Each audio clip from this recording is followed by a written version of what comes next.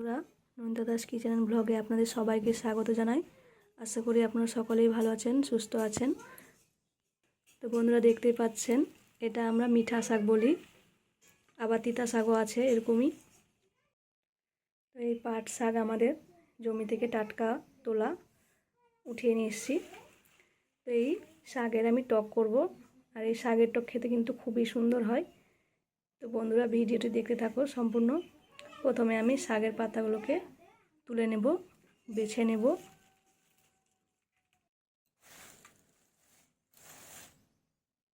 বন্ধুরা দেখুন, খুব সুন্দরভাবে আমি পরিষ্কার করে নিয়েছি শাকটাকে। এই যে এই সবগুলো আমি ফেলেছি, নোংরা সব কিছু বেছে নিয়েছি ভালোভাবে। এবার এটাকে ধুয়ে নেব। তো আমি ধুয়ে নিয়েছি শাকগুলোকে। আমি কড়াই বসিয়ে দিয়েছিলাম, জল দিয়েছিলাম, জল গরম হয়ে গেছে। এবার শাকগুলো দিয়ে দেব। এটা আপনারা চাইলে প্রেসার কুকারেও সেদ্ধ করে নিতে পারেন, কিন্তু আমি এভাবেই করব। এভাবে করলে বেশি টেস্ট হয়। দিয়ে দেবো পরিমাণ মতো লবণ ও হলুদ গুঁড়ো।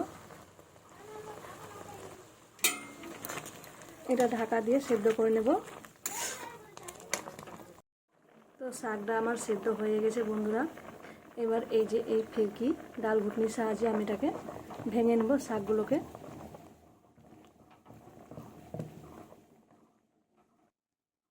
তো দেখুন বন্ধুরা, শাকটাকে আমার ভাঙা হয়ে গেছে। এই যে দেখুন, আর শাকটা একটু ঝোলা ঝোলা করেছি। এই ঝোলা ঝোলাটা মানে আমার খেতে খুবই ভালো লাগে, টক টক।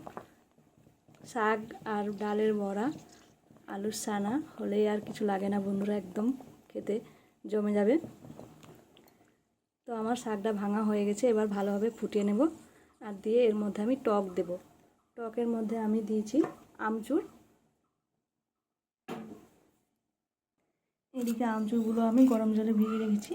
এই যে এটাকে আমি ভালো করে থেতো করে নেব, দিয়ে আমি এর মধ্যে দিয়ে দেব শাকের মধ্যে। তো এই যে দেখুন বন্ধুরা, আমচুরটাকে আমি এভাবে করে নিয়েছি, গুলে নিয়েছি। আপনারা চাইলে কাঁচা আম দিয়েও করতে পারবেন, আচার দিয়েও করতে পারবেন।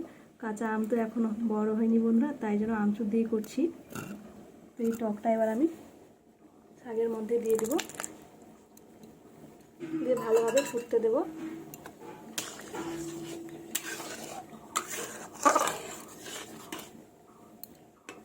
এবার ফোড়নের জন্য আমি রেডি করে নেব রসুনের কুচি, কাঁচা লঙ্কা।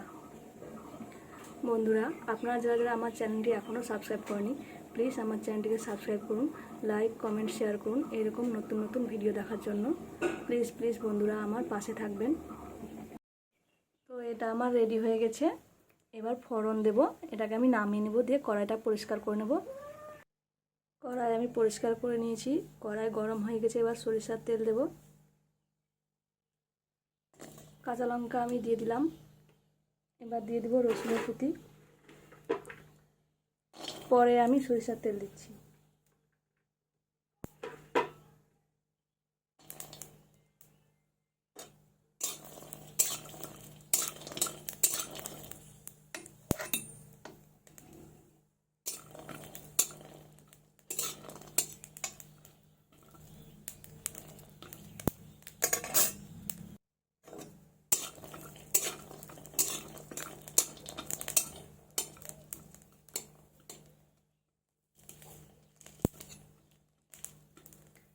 এবার দেব সরিষার তেল।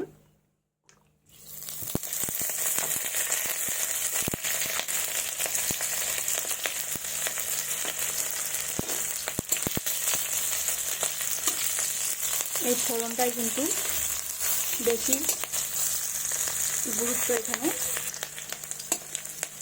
ফোড়নটা যত ভালো হবে, শাকের টেস্টটা তত বেশি হবে।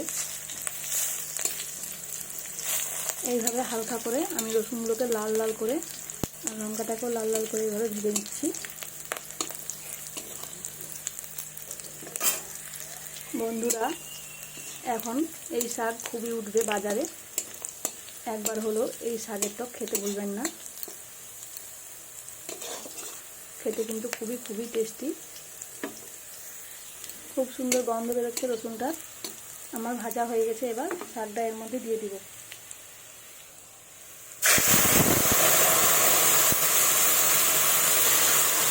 এই দেখুন বন্ধুরা, কতটা ফ্যান ফ্যান করে উঠলো।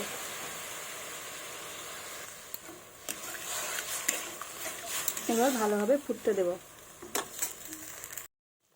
বন্ধুরা, আমার পাটের শাকের টক রেডি হয়ে গেছে। এই দেখুন কত সুন্দর হয়েছে, খেতে কিন্তু ভীষণই টেস্ট হবে।